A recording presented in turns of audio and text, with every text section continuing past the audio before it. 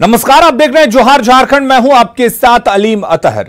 झारखंड में कोरोना संक्रमण बढ़ता जा रहा है, लेकिन राज्य में जहां से संक्रमण शुरू हुआ वहां के लोग ही सुधरने का नाम नहीं ले रहे। राजधानी के हिंदपीढ़ी में बच्चे की मौत पर आज एक बार फिर बवाल हुआ। लोग कंटेनमेंट जोन को हटाने का दबाव बना रहे थे।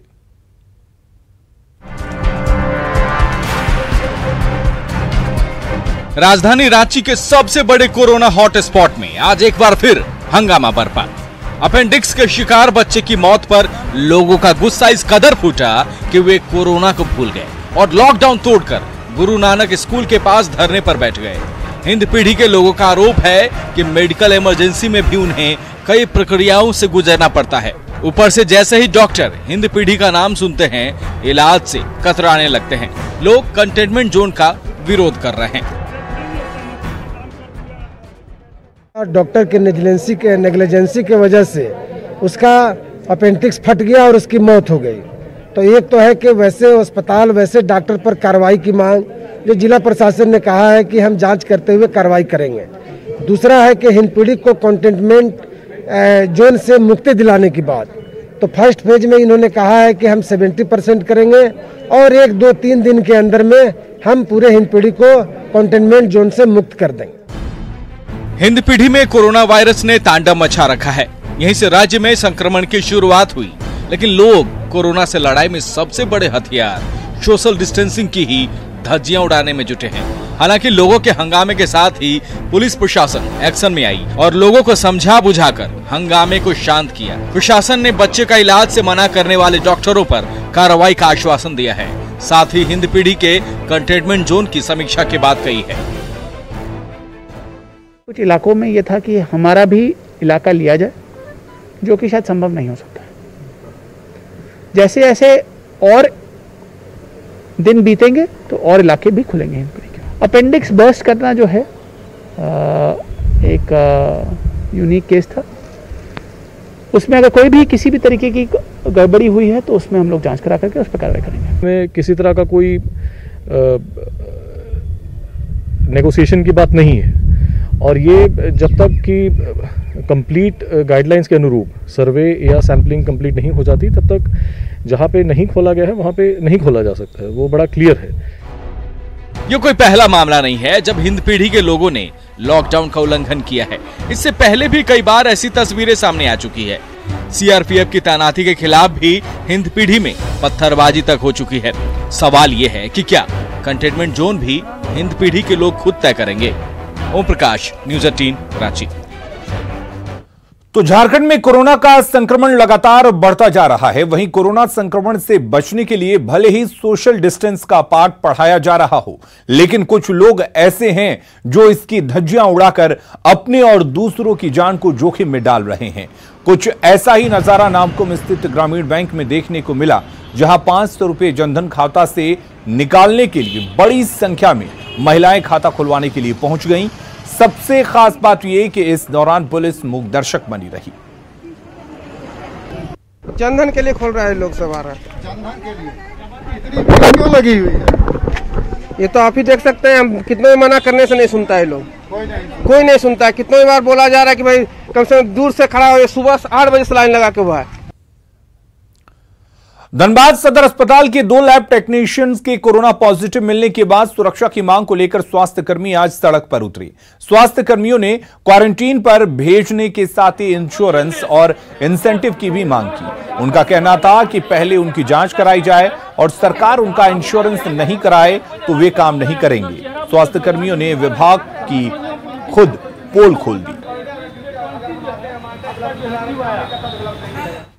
स्टाफ काम कर रहे थे, कलेक्शन रहे थे, ये तो काम ही नहीं कर रहे थे। ये तो क्या कर रहे थे? जब वो एलटी का पोस्ट में क्या कर रहे थे? वहाँ पर पानी भर रहे थे कि पानी पिला रहे थे? क्या कर रहे थे? वो रोस्टर में नाम है, वो रोस्टर में नाम है, वो कार्य कर रहे हैं। बेचारा पॉजिटिव हो गया, कल मर जाएगा तो बोलेगा अरे हमारा तो स्टाफ ही नहीं था ये। उसके बाद भी जो सरकार का 50 लाख का जो इंश्योरेंस आया हुआ है सबके लिए, हम लोगों को कोई जानकारी नहीं है, कोई लिखित नहीं है, कुछ नहीं हम लोग जानते हैं। सेवा के दौरान संक्रमण और फिर स्वस्थ होने के बाद एक योद्धा के तौर पर उनका सम्मान और स्वागत। जी हां, रांची सदर अस्पताल में काम पर लौटी नर्सों ने कुछ ऐसा ही एहसास किया।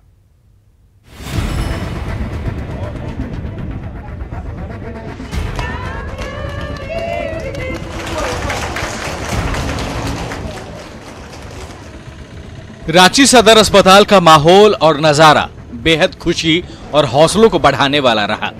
दरअसल अस्पताल ने आज अपने उन कोरोना वॉरियर्स का स्वागत किया जो संक्रमण के बाद स्वस्थ होकर अपने काम पर वापस लौट आए।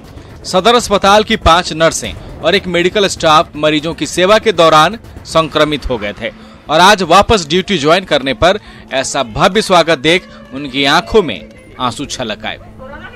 कोरोना से डरना नहीं है, डट के सामना करना है। और ये बीमारी एक दूसरे से नहीं आई है, हम लोग को मतलब इसे नहीं जन्मजात नहीं हुआ है, एक दूसरे से कांटेक्ट में होने से आया है।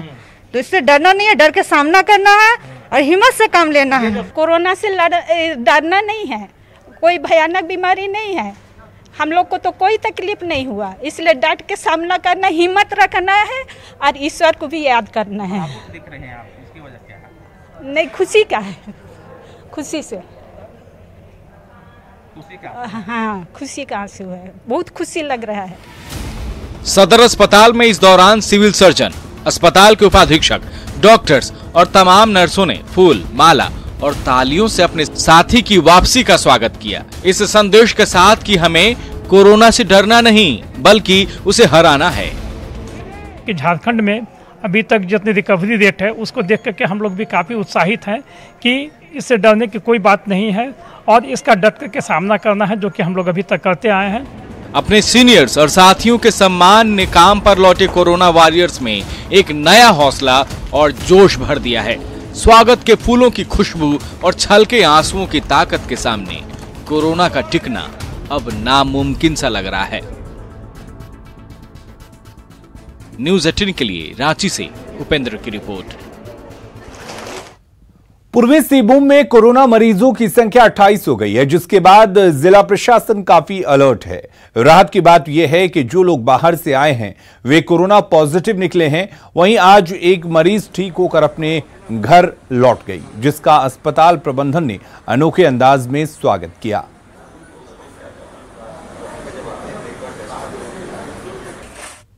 व्यक्ति को लेकर के किसी भी प्रकार की नकारात्मक भावना नहीं रखनी चाहिए। और जैसा कि हम लोगों ने आज देखा कि हमारे जो पहले कोरोना संक्रमित मरीज थे वो आज पूरी तरह से निगेटिव होकर के और स्वस्थ होकर के यहाँ से डिस्चार्ज हुए हैं। इसी प्रकार से एक और व्यक्ति जो कि एक कोरोना संक्रमित व्यक्ति के क्लोज कॉन्टैक्ट में थे, उनका भी आज जो मैंडेटरी 7 डेज के आफ्टर टेस्ट होता है वो करके उनको जब निगेटिव पाया गया तो उनको भी घर भेजा गया है। तो आप सभी लोगों के माध्यम से यही अपील हम लोग करना चाहेंगे कि जो भी लोग बाहर से आ रहे हैं वो इसकी सूचना अवश्य प्रशासन को दें। जो सारे कोरोना रिलेटेड जो प्रिकॉशंस हॉस्पिटल में फॉलो होना चाहिए वो पूरा फॉलो किया गया। और जो लेडी मरीज जो सबसे पहले थी, अभी हमको सबको बता के गई कि वो काफ़ी खुश गई। जो हमारे स्टाफ ने जिस तरह से देखभाल की पिछले 14-15 दिन, वो काफ़ी खुश थी, इससे देखभाल हो रही है मरीज की। और रिम्स में कोरोना मरीज की मौत के बाद इमरजेंसी बंद नहीं होगा। दरअसल मुंबई से वर्धमान जा रही बस में घायल प्रवासी की मौत के बाद जांच में वो कोरोना पॉजिटिव पाया गया। रिम्स प्रशासन ने पूरे इमरजेंसी को सैनिटाइज कर दिया है। रिम्स निदेशक ने बताया कि सभी डॉक्टर पीपीई किट पहने हुए थे, इसलिए कोई खतरा नहीं है। अगर कोई वहां कहीं पे पॉजिटिव निकल आए तो उसे बंद कर दिया जाए। ये काफ़ी सारे जो रिपोर्ट्स हैं, जर्नल्स हैं, गाइडलाइंस हैं, गवर्नमेंट ऑफ इंडिया तक की जो गाइडलाइन है, इसके हिसाब से भी सिर्फ उस स्थान को सैनिटाइज कर देना है। कुछ देर 2 से 3-4 घंटे रुक करके फिर से वहाँ पे आप काम शुरू कर सकते हैं। इमरजेंसी जो हमारा है वो ऐसा जगह है जहाँ पे लगातार गंभीर रूप से घायल मरीज या गंभीर रूप से बीमार मरीज आते हैं, जिनको कि तुरंत अगर इलाज ना मिले। इमरजेंसी में जो मरीज आया था तो उस समय हमारे डॉक्टर खुद पहले से प्रिकॉशन ले करके पीपीई किट पहन करके सबको, जो कि महाराष्ट्र से आए थे, तो एक तरीके से सबको कोविड पॉजिटिव मांग करके ही चले थे और जो जरूरी प्रिकॉशन लिया गया था। अगर कोई लीक होगा और उसमें जो डॉक्टर हैंडल किए होंगे उनकी जांच कराई जाएगी। मैट्रिक और इंटर के परीक्षार्थियों के इंतजार को देखते हुए राज्य भर में कल से कॉपियों के मूल्यांकन का काम शुरू हो जाएगा। मूल्यांकन में सोशल डिस्टेंसिंग समेत तमाम गाइडलाइंस का पालन करने के निर्देश दिए गए हैं।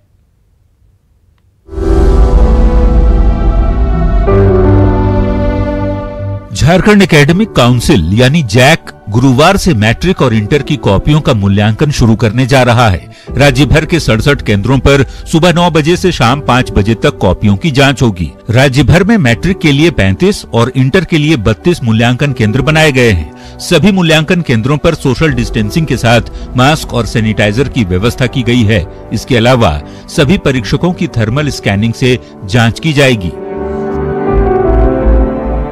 प्रत्येक डीओ से वीडियो कॉन्फ्रेंसिंग करके हम लोगों ने लिस्ट मांग लिया था ऐसे इवैल्यूएशन सेंटर का, जहां पर कि दो परीक्षकों के बीच की जो दूरी है वो 6 फीट से कम नहीं हो, और उस 6 फीट की दूरी को सोशल डिस्टेंसिंग को मेंटेन करते हुए ही इवैल्यूएशन वर्क संपादित किया जाना है। दरअसल कोरोना की वजह से मैट्रिक और इंटर के करीब 6.5 लाख विद्यार्थियों की कॉपियों की जांच नहीं हो पाई थी। उधर तमाम मूल्यांकन केंद्रों को भी सैनिटाइज कर परीक्षकों के बीच 6 फीट की दूरी बनाई गई है। जैक कॉपियों की जांच के बाद टेबुलेशन कराकर जुलाई के पहले हफ्ते में रिजल्ट प्रकाशित करने की तैयारी में है। जो 6 फीट की दूरी है, हमने सारा इसको एहतियात बरते हैं और सैनिटाइजर और मास्क का भी किए हैं और साबुन का भी व्यवस्था किए हैं, और सारा सीट प्लान हम लोग तैयार कर लिए हैं और सारा सीट में हम लोग साट दिए हैं। वो शिक्षक वहीं बैठेंगे जहां उनका आवंटित कमरा है। जैक अध्यक्ष ने तमाम विद्यार्थियों को मेहनत के अनुसार नंबर मिलने का आश्वासन दिया है। आपको बता दें कि राज्य भर में मैट्रिक और इंटर की परीक्षा फरवरी महीने में हुई थी और अप्रैल में जैक ने रिजल्ट की घोषणा की थी, लेकिन कोरोना बंदी की वजह से ऐसा संभव नहीं हो सका। आखिरकार अब जैक ने सोशल डिस्टेंसिंग और दूसरी गाइडलाइंस के मुताबिक मूल्यांकन कराने का फैसला कर लिया है। न्यूज़ 18 के लिए रांची से भुवन किशोर झा की रिपोर्ट। कोरोना संकट के बीच राज्य में बस सेवा शुरू करने की तैयारी की जा रही है। लॉकडाउन 4 खत्म होने के बाद राज्य सरकार सीमित यात्रियों के साथ सोशल डिस्टेंसिंग बनाकर बस चलाने की हरी झंडी दे सकती है। सूत्रों के अनुसार एक बस में 20 से 25 पैसेंजर को ही बैठने की अनुमति होगी, लेकिन बस ऑनर्स एसोसिएशन की मांग है कि सरकार किराए में इजाफा करे, क्योंकि उनका खर्चा कहां से निकलेगा। नहीं है, फुल फ्लेजेज हम लोग सरकार के ऊपर डिपेंडेंट है। सरकार जैसा दिशा निर्देश देगा हम उस पर कायम है कि हमको चलना है। रह गया बात कि हम लोग को खर्च निकालना चाहिए। सरकार बोलेगी 10 पैसेंजर लेके चलना है, 10 पैसेंजर में खर्च निकालने के लिए भाड़ा तय करना होगा। ये इतना भाड़ा लगेगा तब हमारा खर्च निकलेगा। बहुत ज्यादा तक इनको रोका नहीं जा सकता है लोगों को, इसलिए अगर बढ़ता भी है तो व्यक्तिगत सलाह होगी राज्य सरकार को भी कि बसों का चालन शुरू कर दीजिए, चलाना शुरू कीजिए। पैसेंजर कितने हो उसका निर्धारण होना चाहिए ताकि सोशल डिस्टेंसिंग के सिद्धांत का पालन हो सके। कांग्रेस अध्यक्ष सोनिया गांधी के निर्देश पर झारखंड के कांग्रेस नेता कल मांग दिवस मनाएंगे। मांग दिवस के जरिए कांग्रेसी केंद्र सरकार से कोरोना राहत के रूप में मजदूरों, छात्रों, छोटे व्यवसायी सहित अन्य लोगों को 10,000 रुपया देने की मांग करेंगे। प्रदेश कांग्रेस अध्यक्ष रामेश्वर उरांव ने बताया कि कोरोना संकट के समय अर्थव्यवस्था को पटरी पर लाने के लिए हर लोगों के पॉकेट में पैसा होना जरूरी है। हमारा मांग दिवस होगा मजदूरों के लिए, श्रमिकों के लिए, छात्रों के लिए भी। कल हमारा मांग दिवस है। हम भारत सरकार से मांग करेंगे कि इन लोगों को मदद करें। सरकार मदद कैसे करेंगे? मजदूरों, श्रमिकों या गरीबों को अविलंब 10,000 रुपये उनके खाता में हस्तांतरण करना। जमशेदपुर में ट्रेन के माध्यम से लगातार प्रवासी मजदूरों का आना जारी है। आज गुजरात के मोरबी से 1400 से अधिक श्रमिकों को लेकर विशेष ट्रेन टाटानगर स्टेशन पहुंची, जिसके बाद उन्हें जांच के बाद घर पहुंचाया गया। सभी मजदूरों को स्टेशन पर खाने की व्यवस्था की गई थी। धनबाद स्थित IIT ISM में पढ़ने वाले तंजानिया के 5 और ईरान के 1 छात्र को अपने वतन जाने की अनुमति मिल गई है। आज ये सभी छात्र धनबाद से ट्रेन पकड़कर दिल्ली जाएंगे और दिल्ली से मुंबई और मुंबई से तंजानिया और ईरान के छात्र ईरान के लिए उड़ान भरेंगे। कोरोना बंदी के कारण ये छात्र अपने घर नहीं जा सकते थे, लेकिन अब उन्हें अनुमति मिल गई है। बच्चे विदेशी छात्र फंसे हुए नहीं हैं इन द सेंस कि अब हमारे जो बच्चे बच रहे हैं उनका प्रोग्राम ऑनगोइंग प्रोग्राम है, उनका मतलब उनका कोर्स खत्म नहीं हुआ है। हमारे पास अभी 15 बच्चे बचे हुए हैं साउथ सुडान या मोजाम्बिक के। ये बच्चे अभी 3rd ईयर पेट्रोलियम के हैं, इनका अभी 1 साल और बाकी है कोर्स कंप्लीशन का, तो इसलिए बच्चे वो जब कंप्लीट करेंगे उसके बाद जाएंगे। उसके बाद जो बच्चे हमारे बचे हुए हैं वो हमारे PhD के कुछ बच्चे हैं। जो ये PhD के जो बच्चे हमारे हैं ये ANU घाना के बच्चे हैं, तो इनका भी PhD कंप्लीट नहीं हुआ है इनका, तो इनके लिए कोई रिस्ट्रिक्शंस नहीं है, जब जाना चाहें तब जा सकते। कोरोना के साथ साथ झारखंड की जनता पानी के लिए भी जंग लड़ रही है। गर्मी बढ़ने के साथ ही प्रदेश के कई हिस्सों में पेयजल संकट गहरा गया है। घटते जल स्तर और सूखती जल मीनारों ने लोगों को नाले और कुआं का गंदा पानी पीने को मजबूर कर दिया है।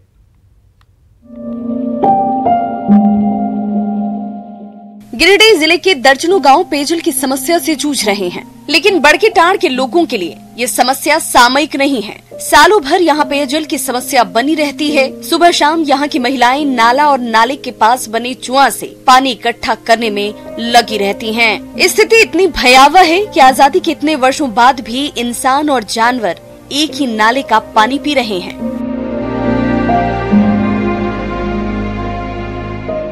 हम लोग के गांव में चापाकल भी नहीं है, कुआं भी नहीं है, कुछ भी नहीं है।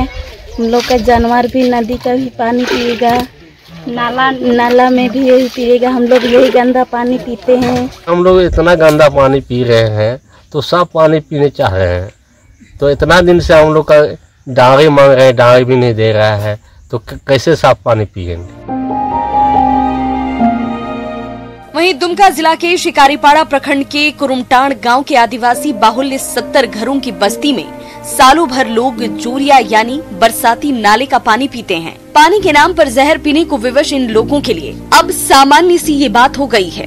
गांव का इकलौता चापानल सूख चुका है, एक कुआं भी है, लेकिन पूरे गांव की प्यास बुझाने में वो भी सक्षम नहीं है।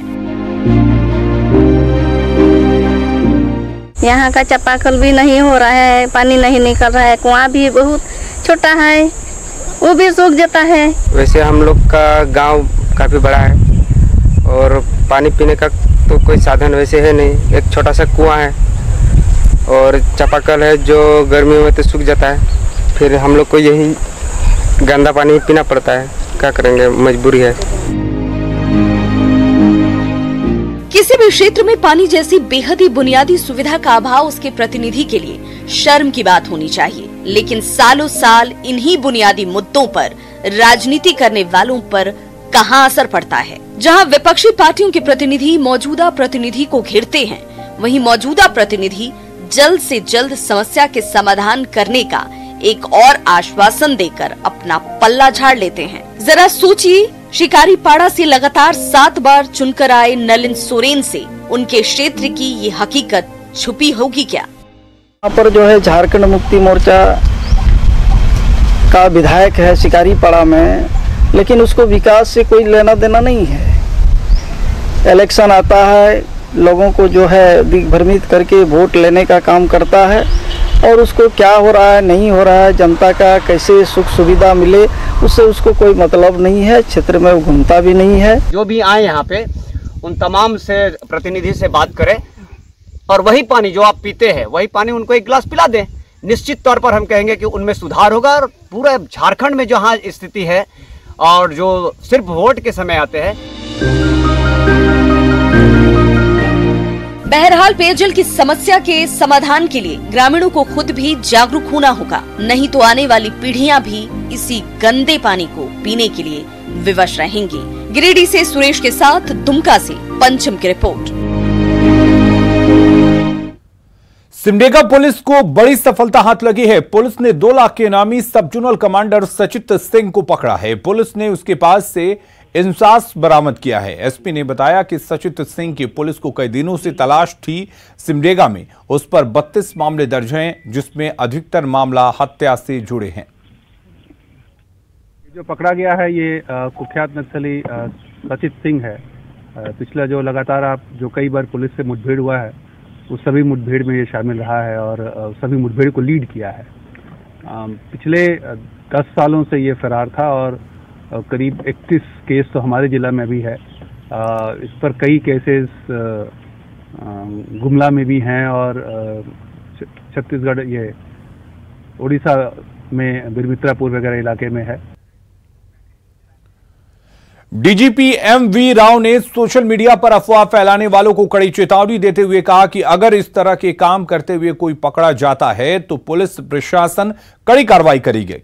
मुख्यमंत्री से मिलने प्रोजेक्ट भवन पहुंचे डीजीपी ने साफ तौर पर कहा कि कोरोना संकट के समय लोग धैर्य से काम लें। अफवाह फैलाने से असामाजिक तत्वों को लाभ पहुंचता है, इसलिए लोग सचेत रहें। इन चीजों आपके बारे में बोले जाने से आपको तकलीफ होती है, वो आप दूसरों के बारे में भी नहीं बोलना चाहिए, है ना। तो अगर संस्कार यही कहता है कि दूसरों को इज्जत दे, हम लोग इज्जत पाले। दो ही चीज मैं बार बार अनुरोध कर रहा था, कोई बदलाव नहीं। जो चीज आपको पता नहीं है कि ये सच है कि नहीं, उसको सच्चाई पता लगाने के बाद ही उसको सोशल मीडिया में प्रचारित करें। खबरें लगातार जारी हैं, बने रहिए न्यूज़ 18 बिहार झारखंड के साथ।